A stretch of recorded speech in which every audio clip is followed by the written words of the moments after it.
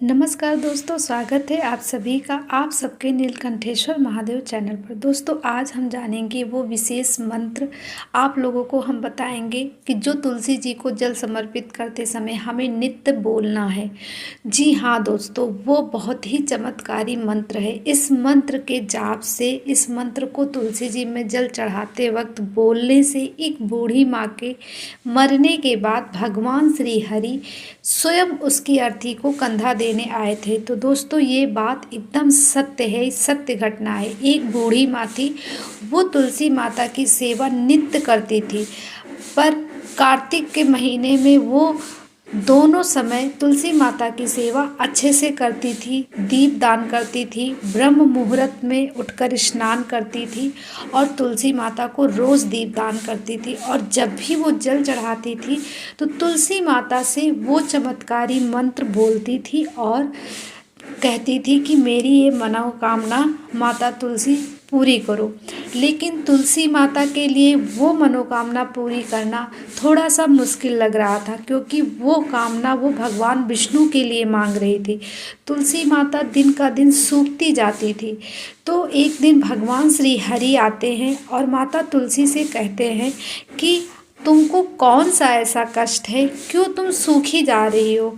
ये बूढ़ी माता रोज़ आपकी सेवा करती है, नित्य आपको जल समर्पित करती है, नित्य आपको भोग समर्पित करती है, रोज़ आपके पास दीप दान करती है, उसके बाद भी आप सूखती जाती हो। तो माता तुलसी कहती हैं कि हे प्राणनाथ, हे प्रिय भगवान विष्णु, ये तुलसी आपसे आज जो कहने वाली है, आप भी उसको सुनकर बहुत अचंभव में पड़ जाएंगे। तो भगवान श्री हरि कहते हैं कि ऐसी कौन सी बात है जिसे सुनकर तुम इतना सूखी जा रही हो।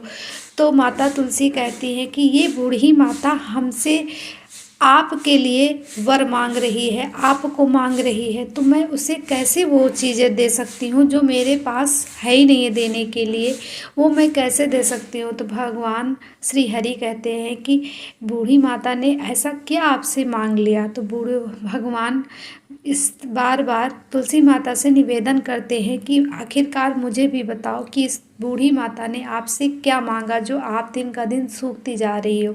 तो तुलसी माता ने बताया कि ये बूढ़ी माता नित्य मेरी सेवा करती है, मुझे भोग समर्पित करती है, मेरे सामने रोज़ दीपदान करती है, बट बदले में ये मुझसे ये चाहती है। तो भगवान श्री हरि कहते हैं कि बताओ तो वो क्या मांगती है। तो भगवान कि बार बार ऐसा कहने पर माता तुलसी उस बात को भगवान हरि के सामने रखती। वो कहती है कि ये बूढ़ी माता रोज़ हमें जल समर्पित करते समय ये मंत्र बोलती है कि हे तुलसी, मैं सींचू बिरला तेरा, तू कर निस्तारा मेरा। अड़वा दीजिए, गड़वा दीजिए, पीतंबर का पैरन दीजिए, चटके की चाल दीजिए, पटके की मौत दीजिए, चंदन की लकड़ी दीजिए, झालर की झनकार दीजिए और श्री कृष्ण का कंधा दीजिए। हे तुलसी मैया, मेरी प्रार्थना स्वीकार कीजिए। तो अब बताइए, भगवान श्री कृष्ण से माँ तुलसी कहती है कि इस शब्द का हम उसे क्या वरदान दें।